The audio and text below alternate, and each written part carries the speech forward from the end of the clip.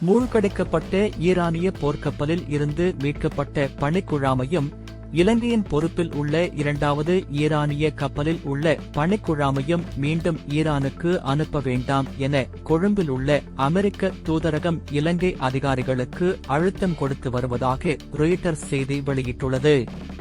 அமெரிக்க இராஜாங்க திணைக்களத்தின் உள்ளக தகவல்களை மேற்கோள் காட்டி அந்த சேவை இதனை தெரிவித்துள்ளது.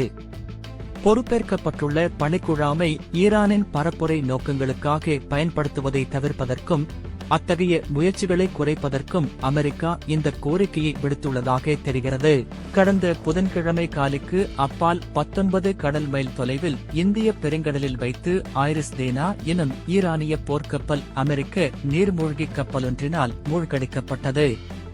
இச்சம்பவத்தில் ஏராளமான பணிக்குழாமினர் உயிரிழந்ததுடன் உயிர் தப்பிய 32 பேர் இலங்கை கடற்படையினரின் உதவியுடன் கரைக்கு கொண்டு வரப்பட்டனர்.